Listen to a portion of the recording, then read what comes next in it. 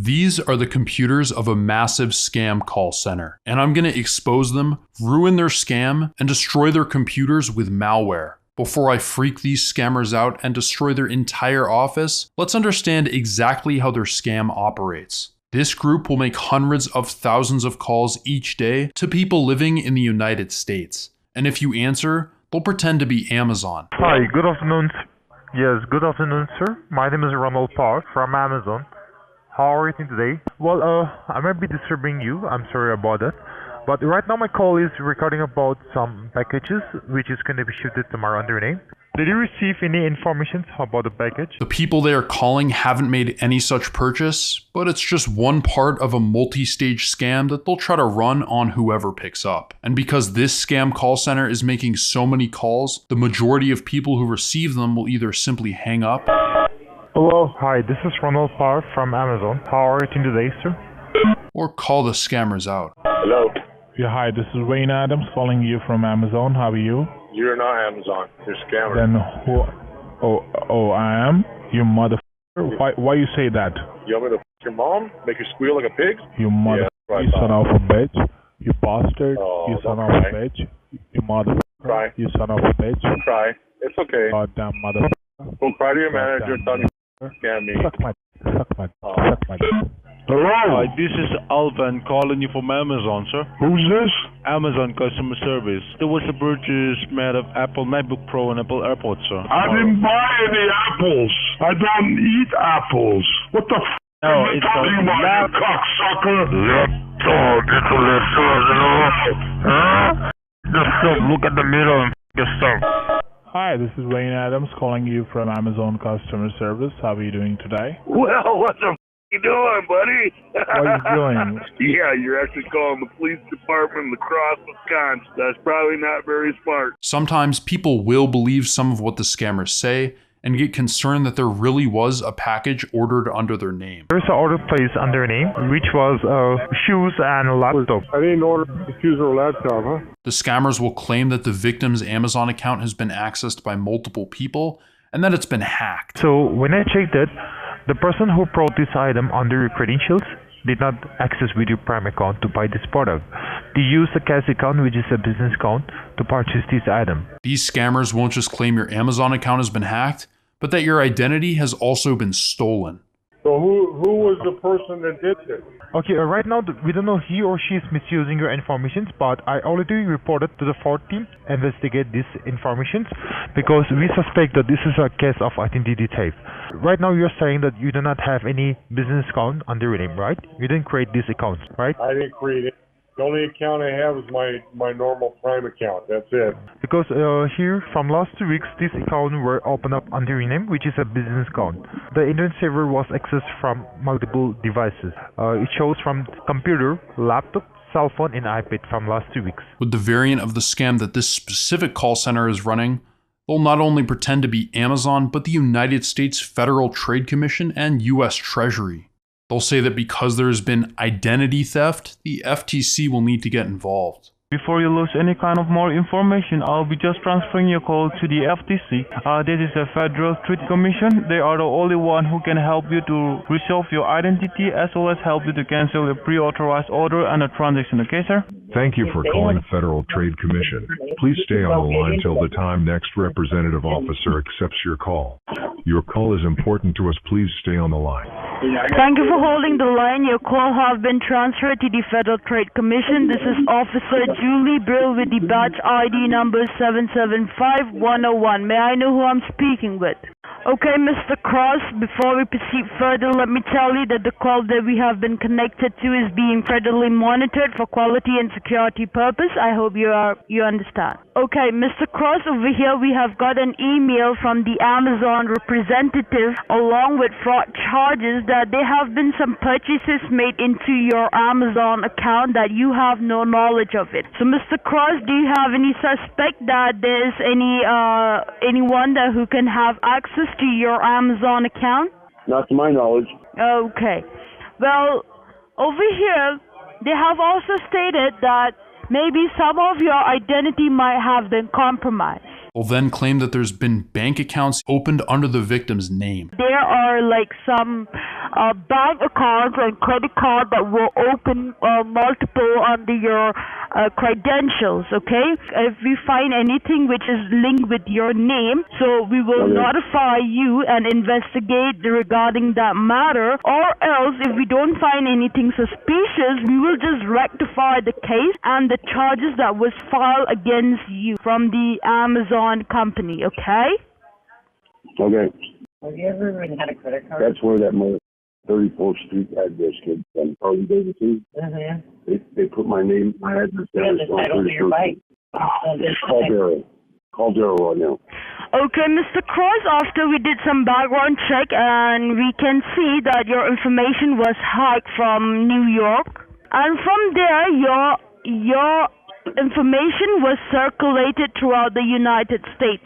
These scammers use fear tactics by saying that there's an arrest warrant against the victim for money laundering and theft. They'll also tell their victims that all their bank accounts are going to be frozen and their social security numbers suspended. The scammers will then threaten the victims with jail time, having their SSN and name blacklisted, and their credit score going to 0. Conveniently, they'll also tell their victims that hiring a lawyer to fight this case would be too expensive. Instead, to resolve the bogus case without involving the law, they can do something called ADR, or alternate dispute resolution. What this actually means is getting the victim to send money to the scammers, either through Bitcoin or a wire transfer. The scammers will say that the victims need to send all the money in their bank account so the government can safeguard their funds against foreign hackers who don't actually exist. First of all, I have sent you a copy of your non-prosecution plea argument, alright, and all the directive. I have sent you in your cell phone because right now the email, there will be no correspondence on your email if we are not sure if it's been compromised or not. And if the victim has under $15,000 in their bank account,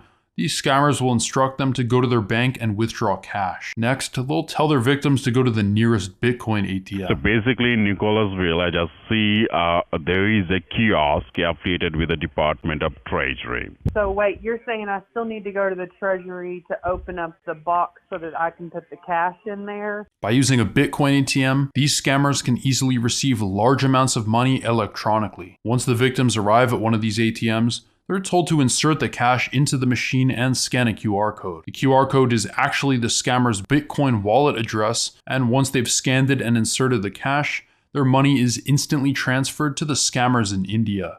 On the other hand, for people who have more money in their bank account, the scammers will tell their victims to initiate an international wire transfer to the scammer's bank account for their entire balance. And even though 99% of the time the scammers fail to convince anyone of their bogus story, because these scammers steal such huge amounts of money, only one person has to fall for it for them to make a large profit. And whenever I do see these scammers getting close to scamming somebody, I always make sure to intervene before they can steal any money. Right now, there is no appointment, a physical appointment. The only thing was possible to drive to the Lexington or to the Treasury establishment, and we will schedule an appointment. But since this past afternoon, the accounting, they tried to schedule the appointment, but there was no officer available at this point. The alternative option which they have provided is to visiting a kiosk affiliated with the Department of Treasury and registering an account by using all of your details. The amount which she has or you have withdrawn, it will be deposited in that account. Because according to her financial asset, the evaluation she has, Hello? Yeah, hi. I'm calling you very importantly to let you know that the people you were just talking to are scammers. The person that you were talking to claiming to be from the US Treasury, he's a scammer from India, and what he's trying to do is get you to withdraw cash, put it into something called a Bitcoin ATM, and if you put it into that ATM and scan a code that he'll give you, your money will be gone and sent to an Indian scammer. It's a scam. Wait, who are you? Yeah, so I investigate international phone fraud, so I can actually hear the conversations that are going on with this scammer, and I was going to intervene earlier, but I didn't want to make him suspicious, so I had to intervene right now. If you want to get more information, just look up FTC impersonation scam. So I hung you guys up forcefully. Thank you. Oh my gosh, thank you. Because of the calls I've made to victims, I've probably cost the center a decent bit in scam profits, and they don't even know it. When I wasn't calling victims, many times I would screw with their operation without revealing myself. So I'll go ahead and forward this case to the Federal Trade Commission, okay? So that you can have a word with them. Tell them that you did not sign up for this Amazon account and you are not banking with any of this bank, okay? So that they will go ahead and secure your personal information, as well as they will shut down the fake Amazon account, alright? Alright. So I want you to stay connected with me for a couple of seconds. Let me connect this call to the Federal Trade Commission, okay? Okay. Alright.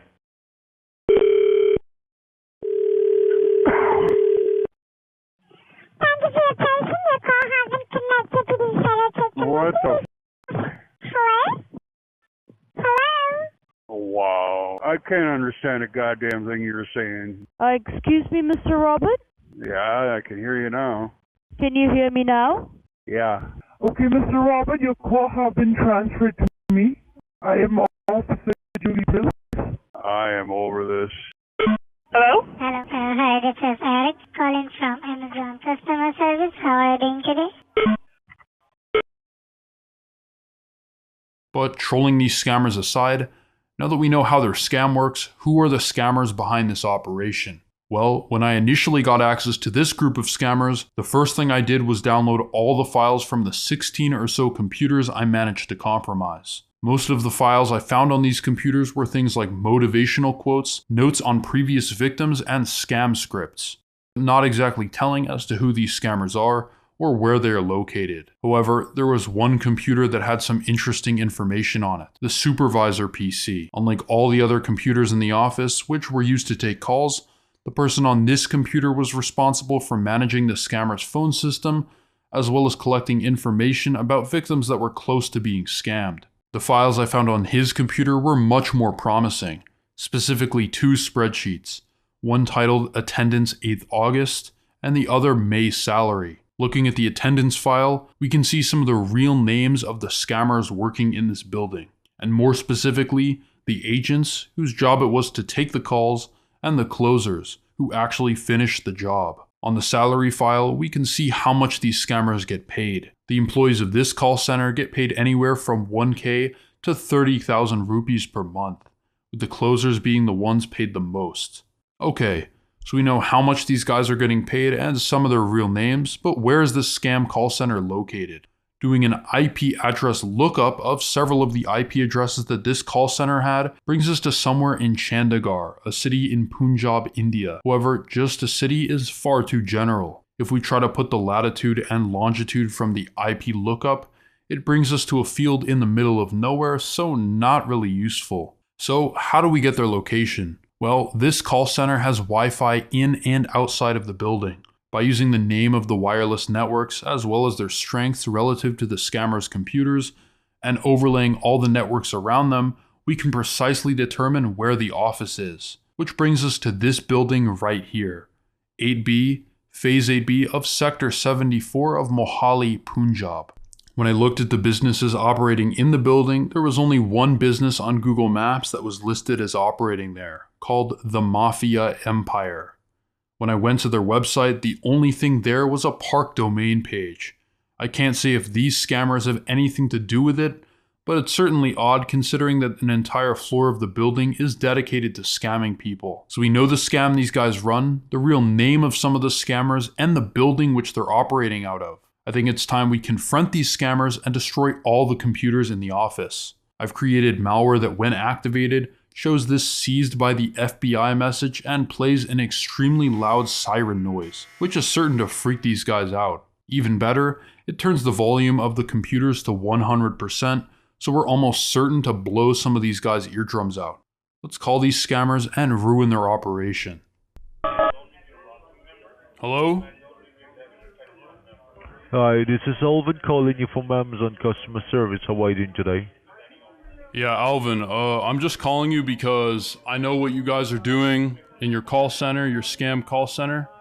I know where you guys are, I know who your names are, and I'm going to destroy every computer in your call center. Yeah. So just tell me, what are your last words before I destroy every computer in your call center? Can you tell me your last words? What are your last words, bro? Come and do it. Come and do My it. last word, come and Do you do not it. think? Do you not think I? Yes. Do you not think I can? Do you not think I can, bro? Do you not think I can? Are you challenging me? Because I'll do it, bro. Trust Yes, me, I'll do I'm it. challenging you. Okay, one, you can do two, it. I know, three. I know. Boom. Yeah, bro. What do you think, bro? What happened, bro? What happened? What happened, bro?